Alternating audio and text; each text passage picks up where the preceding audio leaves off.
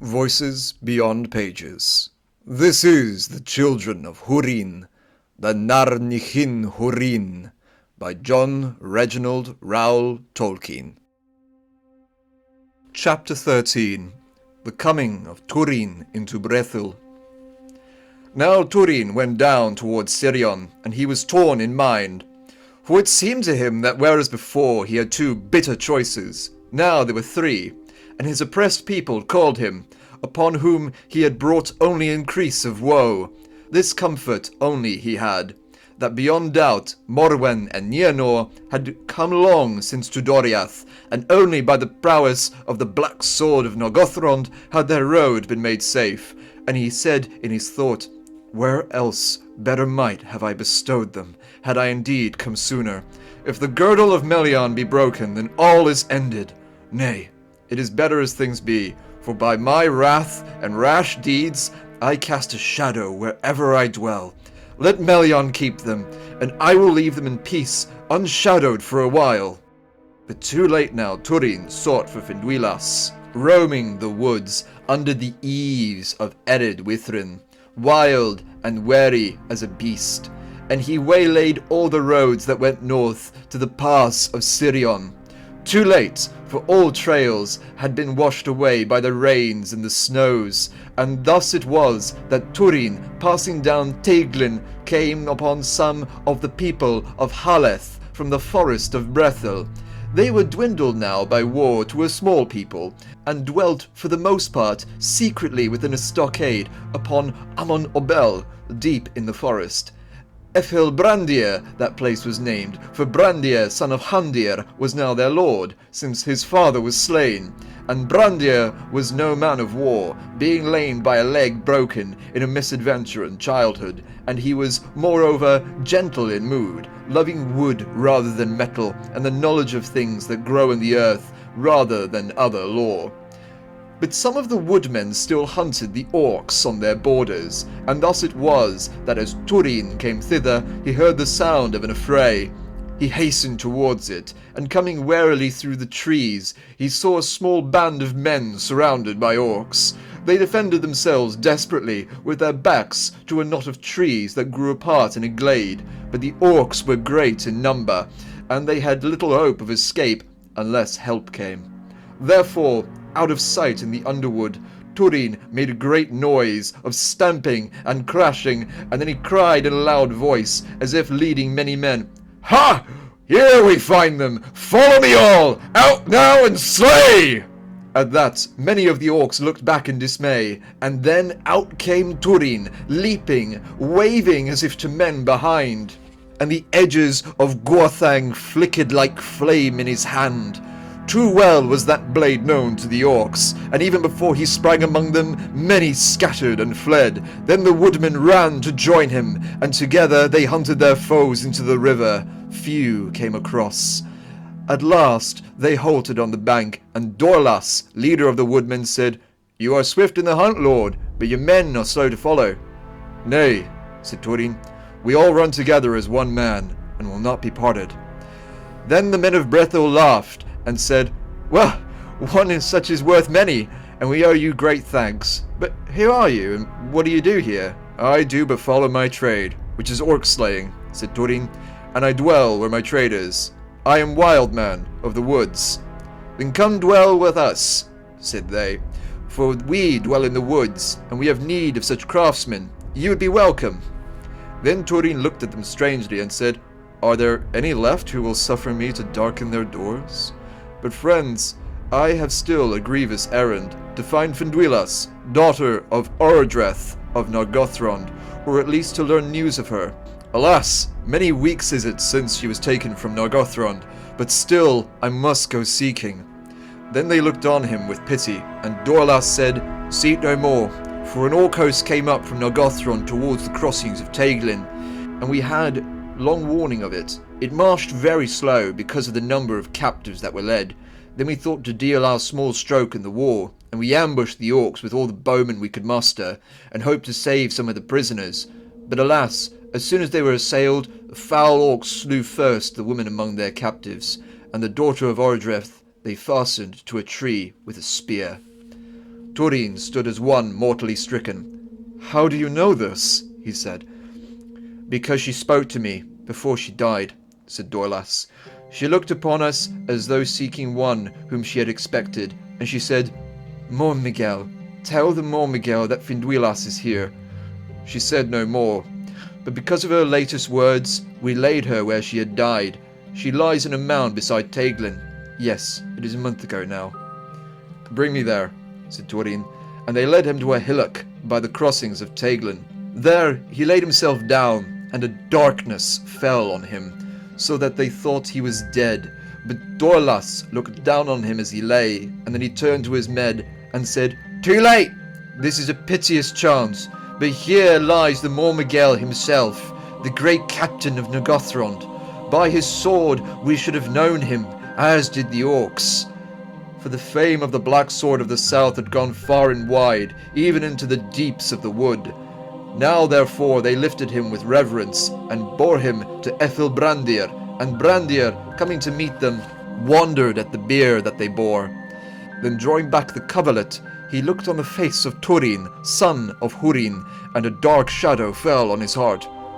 "O cruel men of Haleth," he cried, "why did you hold back death from this man? With great labour you have brought hither the last bane of our people." But the woodman said, "Nay, it is the Mormegil of Nargothrond, a mighty orc-slayer, and he shall be a great help to us if he lives.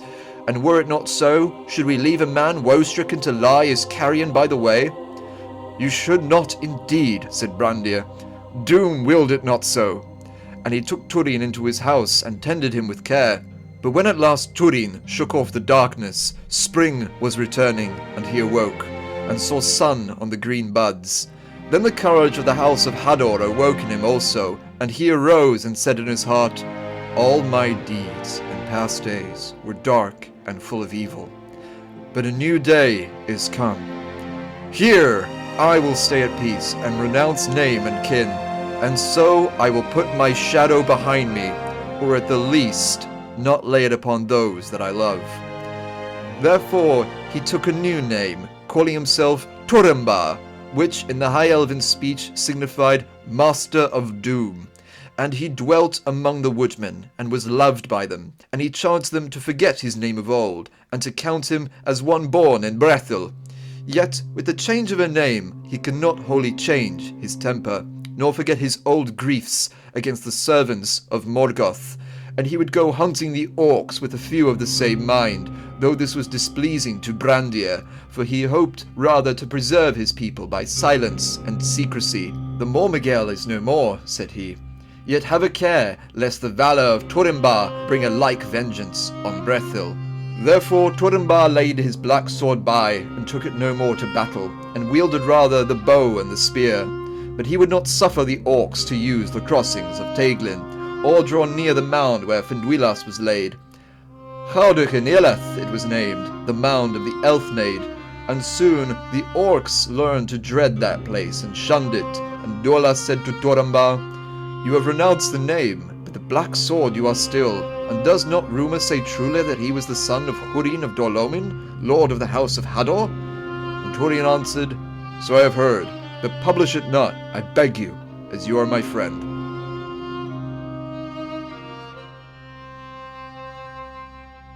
Chapter 14. The Journey of Morwen and Nienor to Nargothrond. When the fell winter withdrew, new tidings of Nargothrond came to Doriath. For some that escaped from the sack and had survived the winter in the wild came at last seeking refuge with Thingol, and the march wardens brought them to the king. And some said that all the enemy had withdrawn northwards, and others that Glaurung abode still in the halls of Felagund.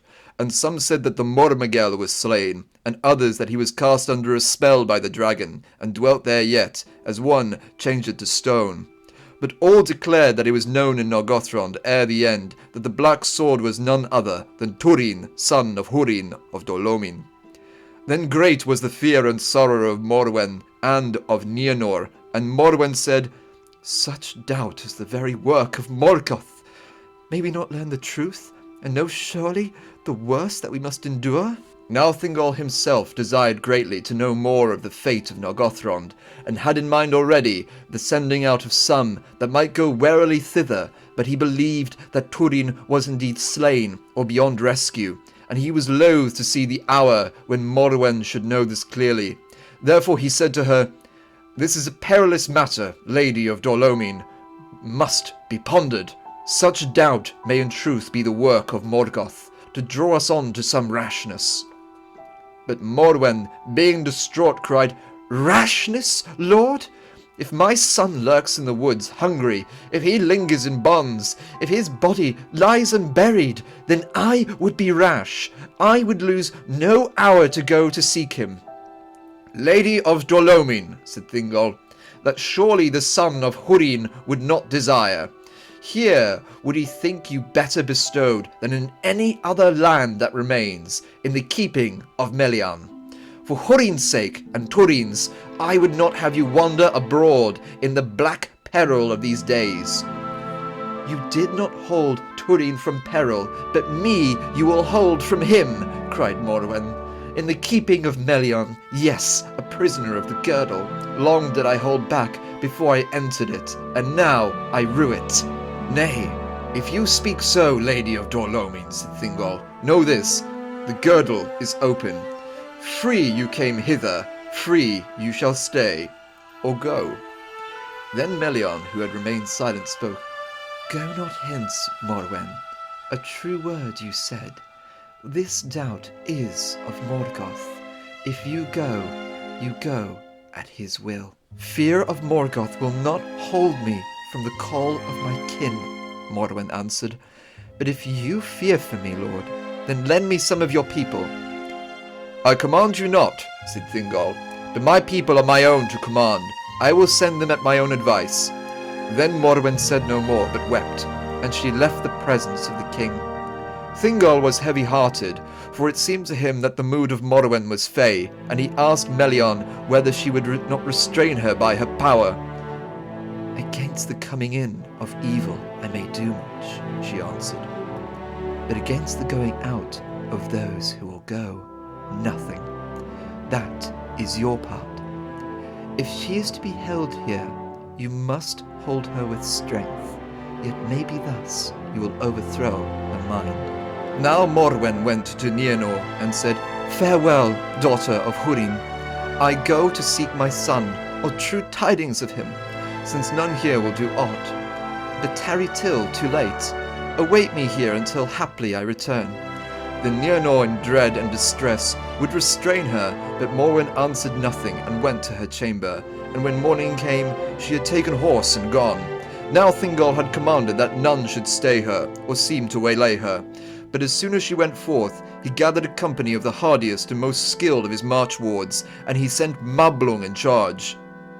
"Follow now speedily," he said. "Yet let her not be aware of you. But when she is come into the wild, if danger threatens, then show yourselves, and if she will not return, then guard her as you may. But some of you I would have go forward as far as you can, and learn all that you may." Thus it was that Thingol sent out a larger company than he had at first intended, and there were 10 riders among them with spare horses. They followed after Morwen, and she went south through Region, and so came to the shores of Sirion above the Twilit-meres, and there she halted, for Sirion was wide and swift, and she did not know the way. Therefore now the guards must needs reveal themselves, and Morwen said, "Will Thingol stay me, or late does he send me the help he denied?" "Both," answered Mablung. "Will you not return?" "No," she said. "Then I must help you," said Mablung, "though it is against my own will. Wide and deep here is Sirion, and perilous to swim for beast or man." "Then bring me over by whatever way the elven folk are used to cross," said Morwen, "or else I will try the swimming." Therefore Mablung led her to the Twilit-meres. There, amid creeks and reeds, ferries were kept hidden and guarded on the east shore, for by that way messengers would pass to and fro between Thingol and his kin in Nargothrond. Now they waited until the starlit night was late, and they passed over in the white mists before the dawn, and even as the sun rose red beyond the blue mountains, and a strong morning wind blew and scattered the mists, the guards went up onto the west shore and left the girdle of Melion. Tall elves of Doriath they were, grey-clad and cloaked over their mail.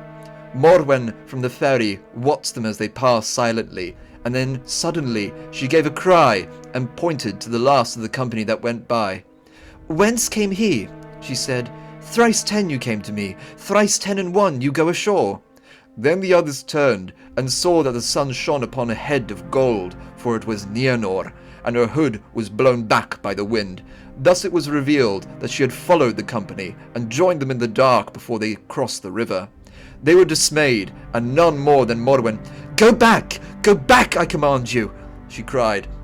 "If the wife of Hurin can go forth against all counsel at the call of kindred," said Nienor, "then so also can Hurin's daughter. Mourning you named me, but I will not mourn alone, for father, brother, and mother, and of these you only have I known, and above all do I love, and nothing that you fear not do I fear." In truth, little fear was seen in her face or bearing. Tall and strong she seemed, for of great stature were those of Hador's house, and thus, clad in elvish raiment, she matched well with the guards, being smaller only than the greatest among them. "What would you do?" said Morwen. "Go where you go," said Nienor. "This choice indeed I bring, to lead me back and bestow me safely in the keeping of Melion, for it is not wise to refuse her counsel, or to know that I shall go into peril if you go." For in truth, Nienor had come most in hope that for fear and love of her mother would turn her back, and Morwen was indeed torn in mind. "It is one thing to refuse counsel," she said. "It is another to refuse the command of your mother. Go now back." "No," said Nienor. "It is long since I was a child. I have a will and wisdom of my own, though until now it has not crossed yours. I go with you, rather to Doriath, for reverence of those that rule it, but if not, then westward. Indeed, if either of us should go on, it is I rather, in the fullness of strength." Then Morwen saw in the grey eyes of Nienor the steadfastness of Hurin, and she wavered. But she could not overcome her pride, and would not, save the fair words, seem thus to be led back by her daughter, as one old and doting. "I go on, as I have proposed," she said. "Come you also, but against my will." "Let it be so," said Nienor. Then Mablung said to his company, "Truly, it is by lack of counsel, not of courage, that Hurin's kin bring woe to others. Even so with Turin, yet not so with his fathers. But now they are all fey, and I like it not. More do I dread this errand of the king than the hunting of the wolf. What is to be done?" But Morwen, who had come ashore and now drew near, heard the last of his words. "Do as you are bidden by the king," said she. "For seek for tidings of Nargothrond, and of Turin. For this end we are all come together." "It is yet a long way, and dangerous," said Mablung. "If you go further, you shall both be horsed and go among the riders, and stray no foot among them." Thus it was that, with the full day they set forth, and passed slowly and warily out of the country of reeds and low willows, and came to the grey woods that covered much of the southern plain before Nargothrond. All day they went due west, and saw nothing but desolation, and heard nothing, for the lands were silent. And it seemed to Mablung that a present fear lay upon them. That same way had Beren trodden years before, and then the woods were filled with the hidden eyes of the hunters. But now all the people of Narog were gone, and the orcs, it seemed, were not yet roaming so far southward. That night they encamped in the grey wood without fire or light. The next 2 days they went on, and by the evening of the 3rd day, from Sirion, they were come across the plain, and were drawing near to the east shores of Narog.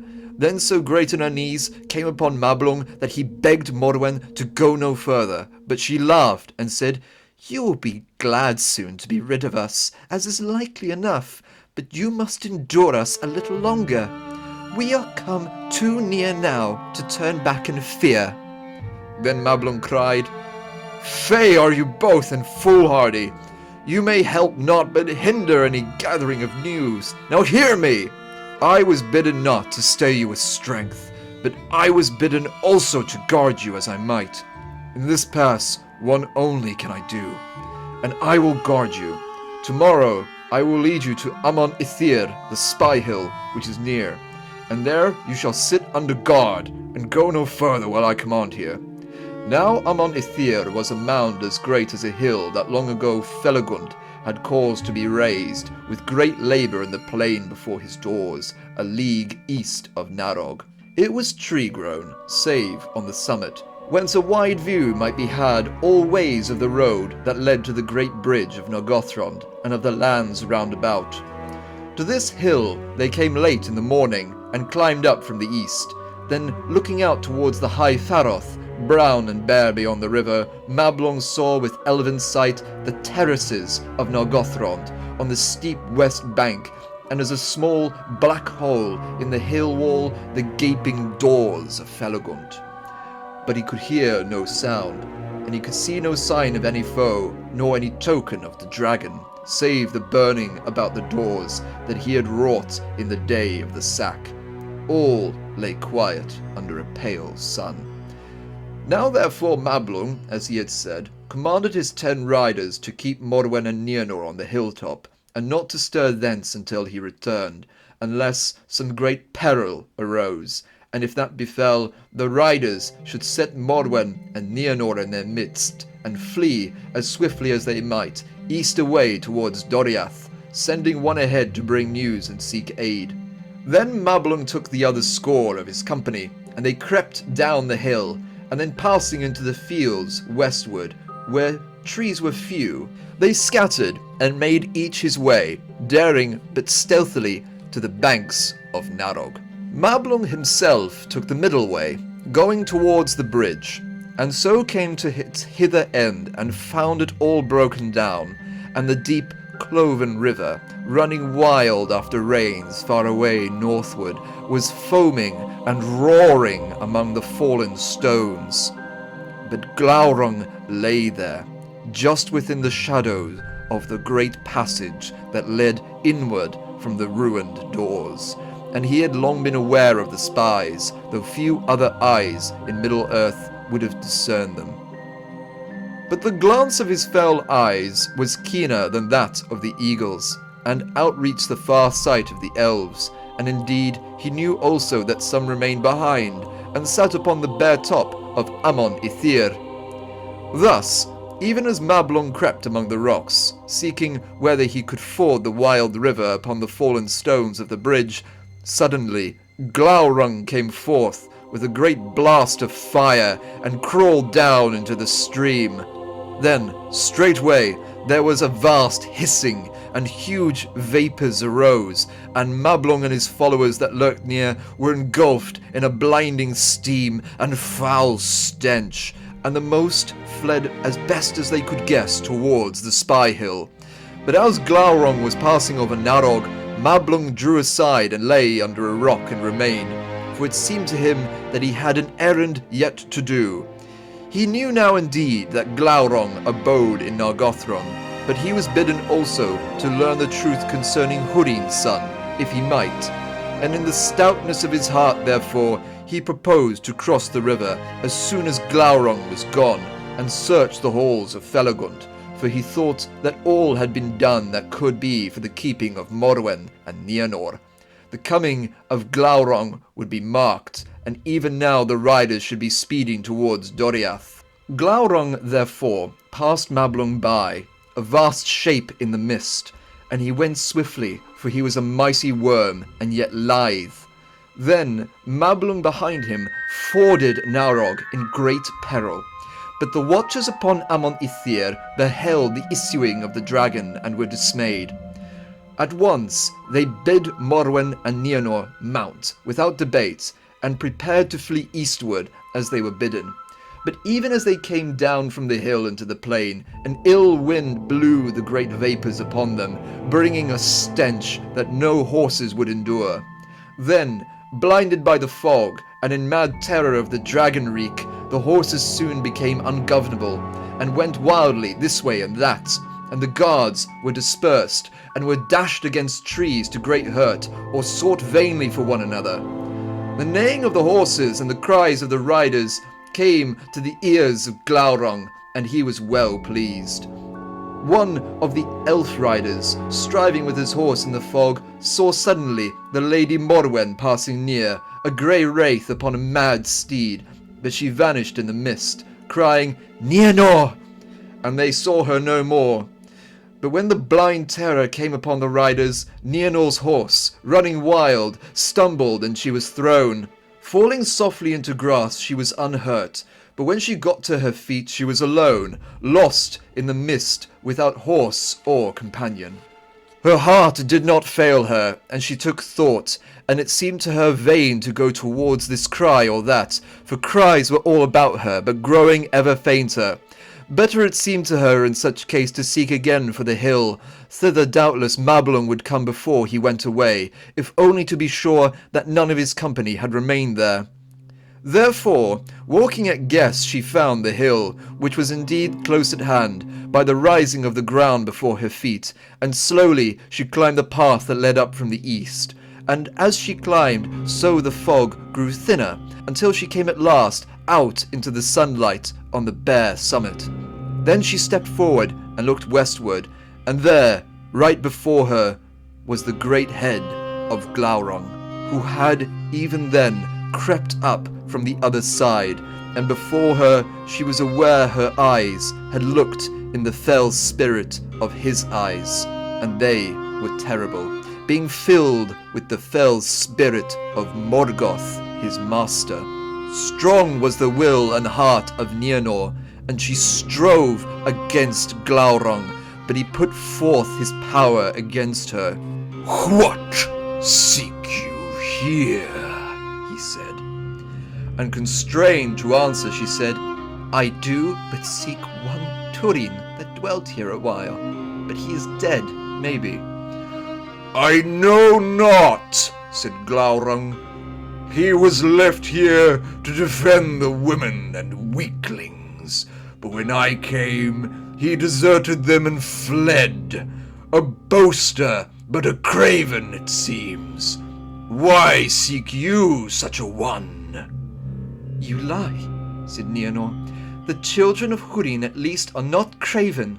We fear you not." Then Glaurung laughed, for so was Hurin's daughter revealed to his malice.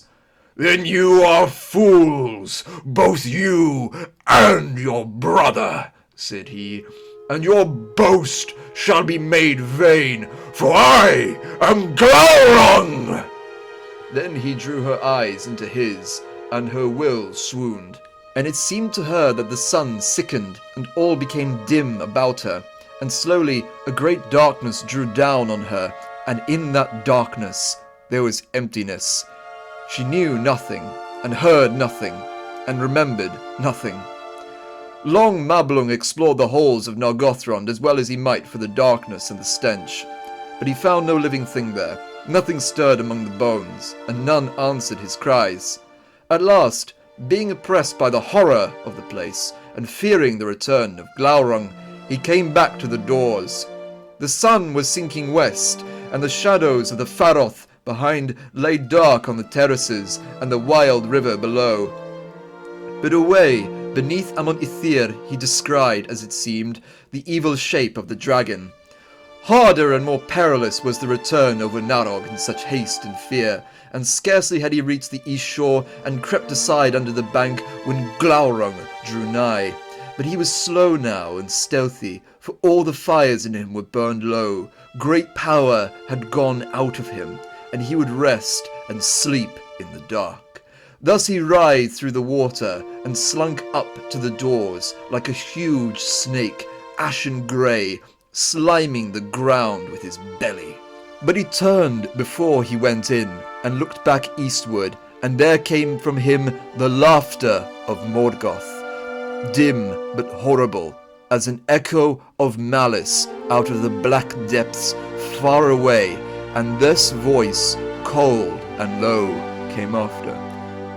"There you lie, like a vole under the bank, Mablung the mighty. Ill do you run the errands of Thingol. Haste you now to the hill, and see what is become of your charge. Then Glaurung passed into his lair, and the sun went down, and grey evening came chill over the land. But Mablung hastened back to Amon Ithir, and as he climbed to the top, the stars came out in the east. Against them he saw there standing, dark and still, a figure as it were an image of stone.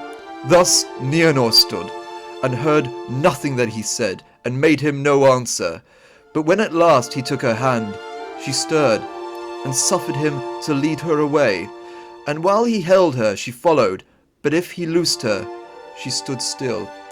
Then great was Mablung's grief and bewilderment, but no other choice had he but to lead Nienor so upon the long eastward way, without help or company.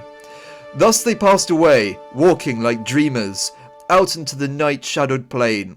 But when morning returned, Nienor stumbled and fell and lay still, and Mablung sat beside her in despair. Not for nothing did I dread this errand, for it will be my last, it seems. With this unlucky child of men, I shall perish in the wild, and my name shall be held in scorn in Doriath, if any tidings indeed are ever heard of our fate. All else doubtless are slain, and she alone spared, but not in mercy. Thus they were found by 3 of the company that had fled from Narog at the coming of Glaurung, and after much wandering, when the mist had passed, went back to the hill, and finding it empty, they had begun to seek their way home.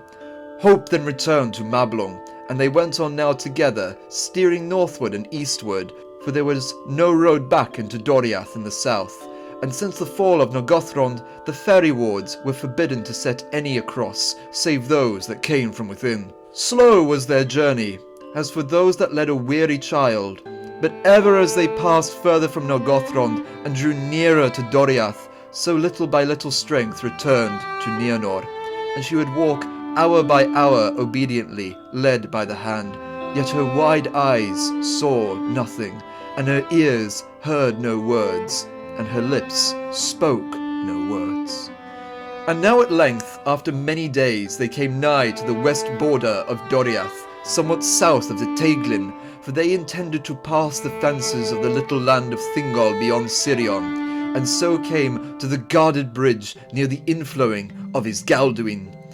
There a while they halted, and they laid Nienor on a couch of grass, and she closed her eyes, as she had not yet done, and it seemed that she slept. Then the elves rested also, and for very weariness were unheedful. Thus they were assailed at unawares by a band of orc hunters, such as now roamed much in that region, as nigh to the fences of Doriath as they dared go.